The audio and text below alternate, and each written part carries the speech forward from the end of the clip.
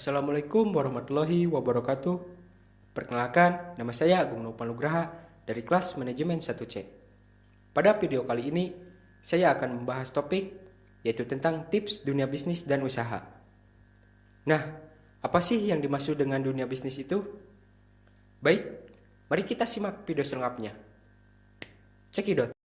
Dunia bisnis adalah sebuah organisasi atau sistem ekonomi di mana barang dan jasa dipertukarkan menjadi bentuk lain atau dalam bentuk uang.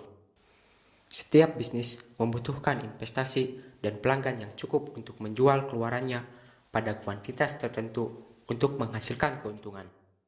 Baik, langsung kita mulai saja. Yang pertama itu adalah gimana sih kita bikin konsep dari sebuah bisnis? Di tahap mencari ide saat berbisnis, kebanyakan kita sering merenung, enaknya bisnis apa ya? Sebetulnya ada gak sih cara gampang supaya kita bisa nentuin bisnis apa yang layak kita coba? Nah, dari yang sudah saya telusurin, ada dua hal sederhana nih yang bisa kita cermatin. Yang pertama, kebutuhan dari pasar. Dan yang kedua itu adalah faktor kelangkaan. Kedengarannya hal yang sepele bukan? Tapi banyak orang yang gak mikirin hal ini ketika mereka mulai usaha untuk pertama kali. Padahal kebanyakan semua bisnis yang sukses dan yang bisa berhasil karena emang memenuhi dua kriteria sederhana ini. Yang pertama, ada kebutuhan dari pasar. Jangan sampai kita itu ya bikin sesuatu yang gak ada nilainya, gak ada yang butuh, dan gak relevan. Yang kedua itu adalah kelangkaan. Coba deh perhatiin, udah banyak belum sih pemain lain yang nawarin produk atau jasa tersebut? Kalau ternyata belum banyak orang yang terjun ke situ, berarti kesempatan kita buat sukses jadi semakin besar. Istilahnya itu adalah rare and valuable product or services. Rare itu artinya langka atau belum banyak yang nyediain gitu. Valuable itu artinya bernilai atau dibutuhin sama banyak orang. Buat nemuin produk langka dan bernilai itu ya tentu aja gak mudah.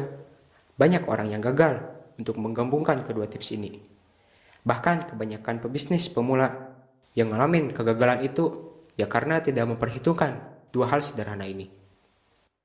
Mereka itu bikin bisnis yang tidak begitu bernilai atau sudah terlalu banyak pengusaha bermain di situ. Jadinya udah gak langka lagi. Hal ini bisa memperkecil kesempatan kita untuk sukses. Baik, sekarang kita lanjut ke tahap selanjutnya.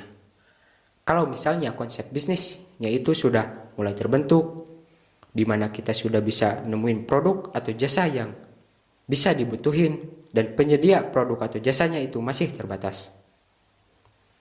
Tahap berikutnya adalah siapa sih target konsumen kita? Kira-kira siapa sih orang yang akan membeli produk atau jasa kita? Apa konsumen kita tuh kebanyakannya cowok atau cewek?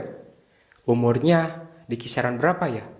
Terus anak muda atau justru orang yang sudah dewasa? Dengan semakin kenal sama siapa sih konsumen kita bakal lebih gampang gitu ngejalanin tahap bisnis selanjutnya, yaitu kepuasan konsumen.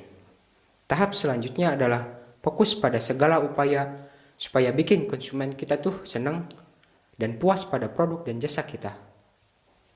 Kesannya emang ini tuh sepele gitu, tapi justru ini adalah tahap yang terpenting dalam sebuah bisnis. Misalnya, kalau kita bikin rumah makan, bisa gak nih kita bikin konsumen kita puas? Konsumen itu disediain tempat yang bersih dan nyaman.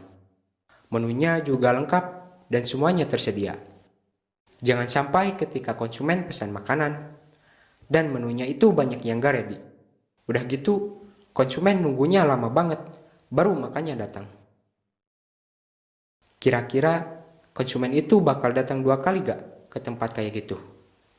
Nah, itulah kenapa fokus kepada kepuasan konsumen itu adalah tahap terpenting dalam sebuah bisnis sebelum kita fokus sama hal yang lain. Baik, itulah beberapa tips bisnis dan usaha bagi yang baru memulai berbisnis. Semoga bermanfaat ya bagi kita semua. Mungkin cukup sekian yang dapat saya sampaikan. Mohon maaf bila banyak kesalahan atau kekurangan. Wassalamualaikum warahmatullahi wabarakatuh.